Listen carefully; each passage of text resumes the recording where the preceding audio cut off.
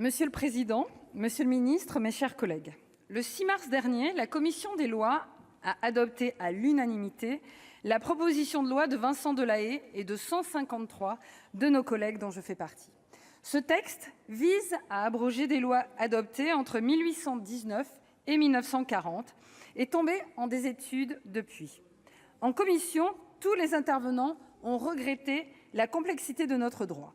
Certains ont cité Montesquieu, d'autres les 3 rapports du Conseil d'État sur la sécurité juridique. Pour ma part, je vous rappellerai les mots de Montaigne. « Nous avons en France plus de lois que le reste du monde ensemble et plus qu'il n'en faudrait à régler tous les mondes d'Épicure. » 5 siècles plus tard, ce constat n'est pas démenti.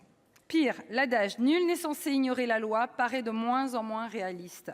Au 25 janvier 2018, notre ordre juridique comptait plus de 80 000 articles de valeur législative, 240 000 articles de valeur réglementaire, pour un total donc de 320 000 articles répertoriés par Légifrance. Pour la seule année 2018, le journal officiel comprend 71 521 pages, 45 lois, 1 267 décrets et 8 327 arrêtés réglementaires. Or, la complexité du droit égare les administrés et bride les initiatives des acteurs économiques et des collectivités territoriales. Pour ne prendre qu'un exemple, les 308 articles de la loi Macron de 2015 ont entraîné 848 modifications législatives affectant 30 codes et 55 lois ou ordonnances. Notre droit conduit également à empiler des dispositions anciennes et des règles plus récentes au détriment de l'objectif de clarté des normes. Depuis les années 1990, de nombreuses actions ont été menées pour lutter contre la complexité du droit. Parmi les réussites, nous pouvons citer le site Légifrance et les efforts de codification qui ont permis d'améliorer l'accessibilité et la lisibilité des normes. L'objectif de simplification du droit semble plus difficile à atteindre. Nous gardons tous en mémoire les lois de simplification qui sont devenues des textes fourre-tout, regroupant des mesures ponctuelles et éparses. De même, les gouvernements successifs ont publié plusieurs circulaires de simplification. La dernière en date fixe le principe du 2 pour 1. La publication de certains décrets doit être compensée par la suppression ou la simplification d'au moins 2 normes existantes. Séduisant, ce dispositif reste toutefois marginal. Il n'a concerné que 32 décrets depuis juillet 2017 sur plus de 1500 décrets publiés. En commission, beaucoup de collègues ont rappelé l'importance du Conseil national d'évaluation des normes, le CNEN, présidé par Alain Lambert. En 2017, le CNEN a étudié plus de 305 projets de texte, dont beaucoup représentaient une charge supplémentaire pour les collectivités territoriales. Il a également signé une charte de partenariat avec notre délégation sénatoriale aux collectivités territoriales et à la décentralisation pour mieux identifier les difficultés des élus locaux. Nous attirons toutefois votre attention, monsieur le ministre, sur les conditions de travail et les moyens du CNEN, qui doit être en mesure d'émettre un avis éclairé sur les textes qui lui sont soumis. Créée par le bureau du Sénat en janvier 2018, la mission Balai vise à améliorer la lisibilité du droit en abrogeant les fossiles législatifs. Il s'agit d'un chantier de plusieurs années engagé par notre collègue méritant Vincent Delahaye. D'autres propositions de loi sont en préparation, notamment pour abroger les dispositions inconventionnelles ou issues de malfaçons législatives.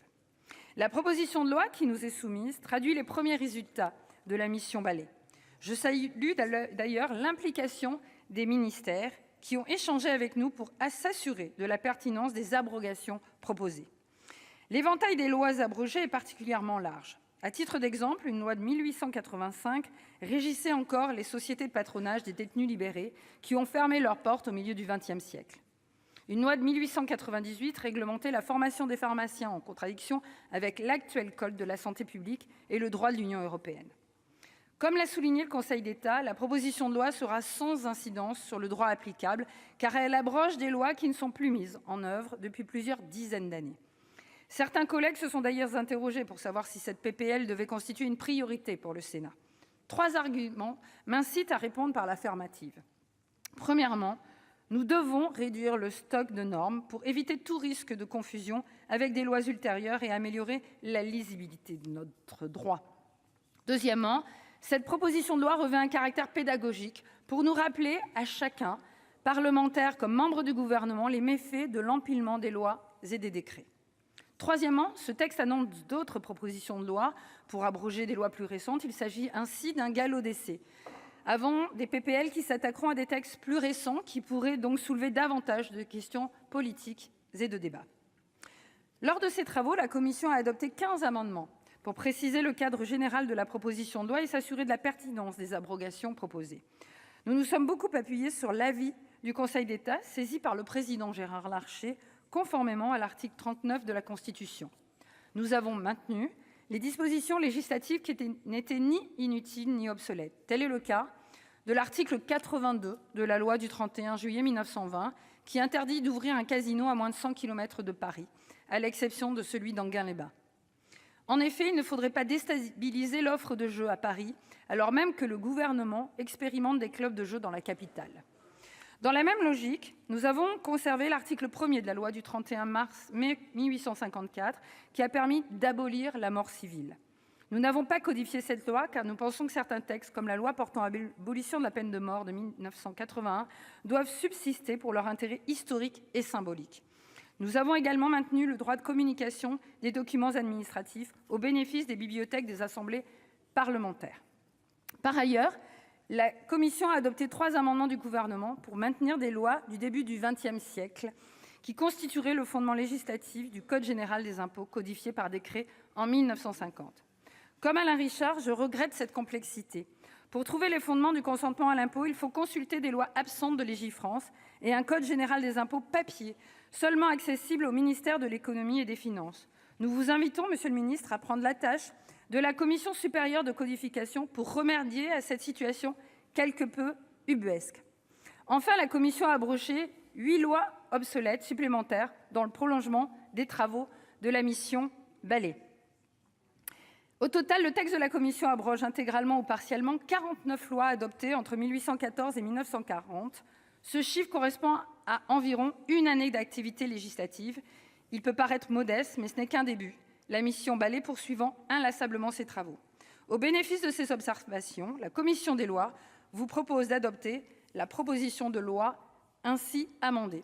Je tiens à remercier notre collègue Vincent Delahaye pour son engagement constant contre la complexité du droit, ainsi que le président Gérard Larcher pour les moyens mis à disposition